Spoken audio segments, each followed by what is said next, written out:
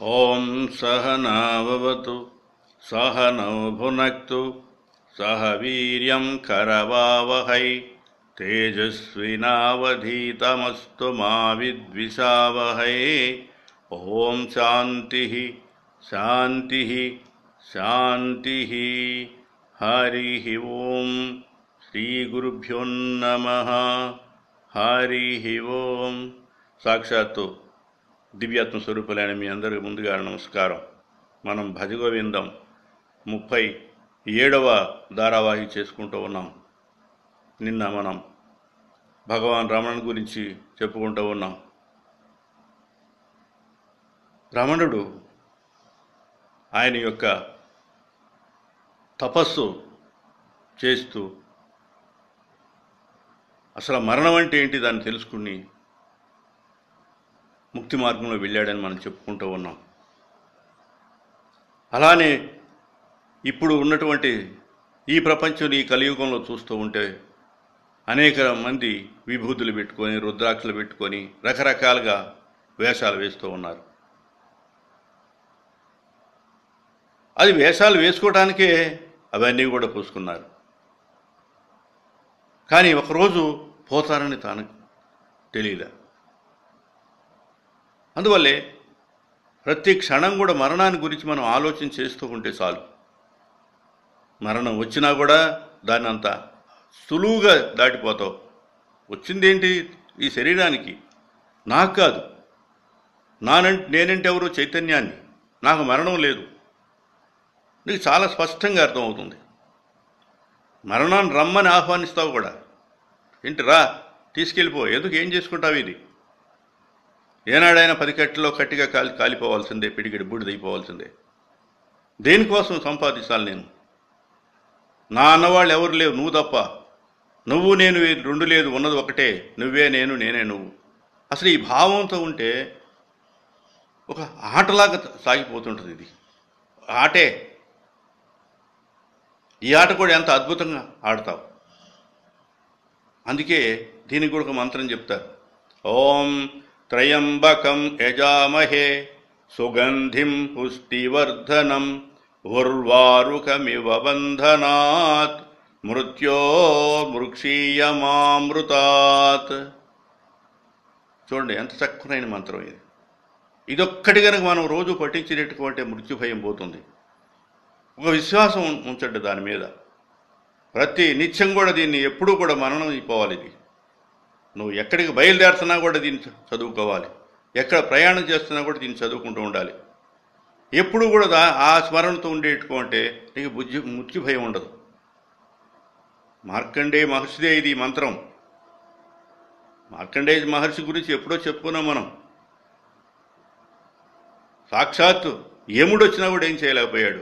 ఆ పరమేశ్వరుని ఆలింగనం చేసుకుని ఇదే మంత్రం. ఓం త్రయంబకం యజామహే సుగంధిం పుష్టివర్ధనం ఉర్వారుకమివ బంధనాత్ మృత్యోర్మృక్షీయమామృతాత్. ఇదే మంత్రం. అంటే ఏంటి? దీని యొక్క అర్థం కూడా మనం తెలుసుకుంటే ఓహో ఇదే అని మనకు తెలుస్తుంది. దోసపండు మనందరికీ తెలుసు. మనం అంటే దోస చెట్లు వేస్తుంటాం కాబట్టి ఆ దోస పళ్ళన్నీ కోసుకుంటాం, అమ్ముకోవటం అవన్నీ చేస్తూ ఉంటాం. మరి పల్లెటూళ్ళల్లో వెళ్ళేటట్టుకోంటే చూసేటట్టుకోంటే ఆ చెంబు కొట్టుకొని చెరువు కట్టుకో లేదా కాలువ కట్టుకో వెళ్తుంటారు. ఆ కాలువ గట్టు దగ్గర అక్కడ విసర్జిస్తారు మలాన్ని. అంతకు ముందు రోజు తిన్నటువంటి ఆ దోసకాయ యొక్క పదార్థం అంతా కూడా అరిగిపోతుంది, కానీ దోస విత్తనం మాత్రం అది కరగదు. అందువల్ల అది ఆ భూమిలో పడి అక్కడ ఏమవుతుంది? దోస చెట్టుగా బయటకు వస్తుంది.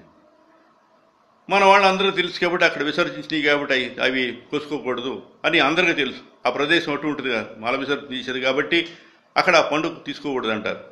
కానీ ఆ పళ్ళన్నీ కూడా పెద్ద అయిపోయినాయి. ఏమవుతుంది? ఒక రోజు ఆ తొడి మీద ఉందో ఆ తొడి నుంచి విడిపడిపోతుంది. అలానే ఈ దేహం కూడా అంతే అన్నమాట. ఈ దేహంలో చైతన్యం ఏదున్నదో ఆ చైతన్యం కూడా ఒక క్షణం ఎప్పుడు రాలిపోద్దో తెలియదు. కానీ బంధాలు పెట్టుకున్నామంటే అది గట్టిగా ముడి వేసుకుంటాం. ప్రతి క్షణం కూడా పరమేశ్వరుని గురించి చింతిస్తూ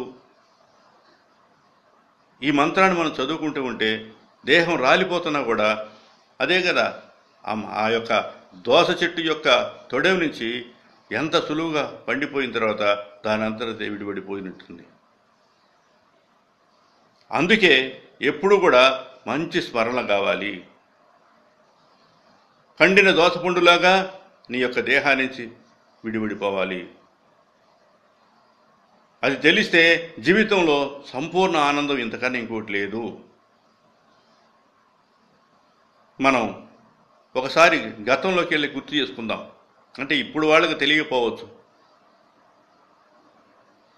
75 ఆ ప్రాంతం అనుకుంటాను. 1970-75 సంవత్సరాల్లో స్కైలాబ్ అనేది ఒకటి ర్యాకెట్ మనం వదిలినప్పుడు ఎక్కడో ఉన్నట్టు గ్రహం అంతా కూడా అది కింద పడిపోతుంది. అది ఎక్కడ పడిపోతుందో ఈ భూమి అంతా కూడా నాశనం అయిపోతుంది అని చెప్పినప్పుడు ఎంత విభేదాలు ఉన్నా కూడా ఒకళ్ళకొకళ్ళు కావలించుకున్నారు. ఉన్న డబ్బంతా కూడా కంప్లీట్గా ఖర్చు చేసి అసలు ఎన్ని వినోదాలు చేసుకున్నారో నాకు బాగా గుర్తుంది. రేపు లేదు ఇకనా, ఇవాళే లాకరం, ఎప్పుడు పడుదో తెలియదు, ఈ క్షణం రాలిపోతే అది పడిందిట్టుకొని నాశనం అయిపోతాం మనం అంటూ ఎంత పగున్నా కూడా వాళ్ళ ఇంటికి వెళ్ళి వాళ్ళతో ప్రేమలు పంచుకొని అన్నయ్య ఇదే చివరి క్షణం అనుకుంటున్నాం, ఎవరికి వాళ్ళే చెప్పుకుంటూ ఎంతో ఆనందంగా ఉన్నారు. అవగాహన వచ్చినప్పుడు మృత్యువైనా కూడా ఆనందంగా అనుభవిస్తావు. నువ్వు పోవటం అనేది ఖాయమని నీకు అర్థమైంది. ఆపటానికి ఎవరికి అవకాశం లేదు. ఏనాడైనా కాలంలోనే పోతారందరూ, ఏనాడైనా కాలంలోనే పోతారందరూ, పోయే కాలం రాలే దేహం తెలిసిన వారెవరు, కాలే దేహం కాటికేగిన కాలదు మన బంధం, కాలే దేహం కాటికేగిన కాలదు మన బంధం, ఎంత నీ పిలిచేది నిన్ను ఎందుకు ఈ దూరం, మాయలిరుగని పిచ్చి మనసుకు ఎందుకు ఈ భారం, ఎంత నీ పిలిచేది నిన్ను ఎందుకు ఈ దూరం. చూడండి, ఎంతని పిలవాలి భగవంతుడిని. నీ పిలవటానికి ఎక్కడున్నాడు? ఎక్కడో ఉంటే కదా పిలవటానికి. హృదయ కుహర మధ్య కేవలం బ్రహ్మమాత్రం అహమహమితి సాక్షాత్ ఆత్మరూపేణ భాతి. ఆత్మగా ప్రకాశిస్తున్నదాన్ని నువ్వు పిలవాల్సిన పని లేదు. శంకరులు చెప్పేది కూడా ఇదే. సంప్రాప్తే సన్నిహితే కాలే నహి రహి రక్ష దృక్కును కరణే, భజ గోవిందం భజ గోవిందం గోవిందం భజ మూఢమతి మూఢమతి. సంప్రాప్తే సన్నిహితే కాలే, ఆ యొక్క యముడు నీ దగ్గరికి వచ్చిన తర్వాత సన్నిహితే కాలే, నిన్ను రక్షించదు ఎవరు కూడా. దృక్కును కరణే, ఏ యొక్క సంస్కృత పాఠం చదువుతున్నావో అది నిన్ను రక్షించదు అని మొదటి శ్లోకంలోనే మనకి ఒక చురక వేశాడు. మూఢుడా, ఓ మూర్ఖుడా.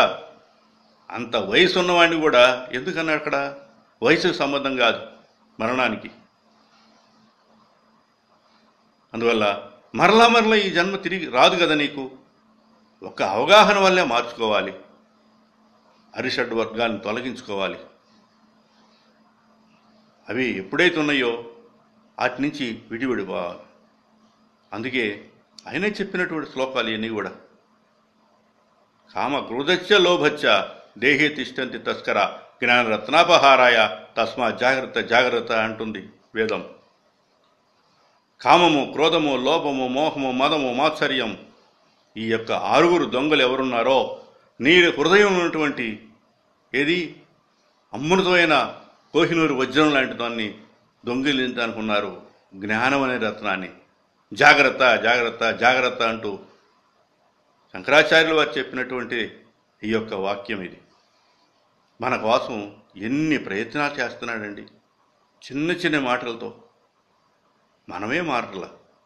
ఆ మారే ప్రయత్నం ఎప్పుడైతే చేస్తారో, తరించడం అంటే అదే. కాబట్టి అందరూ కూడా ఈ మార్గంలోకి విహరిస్తారని తెలియజేస్తూ సెలవు తీసుకుంటున్నాను. హరి ఓం తత్సత్.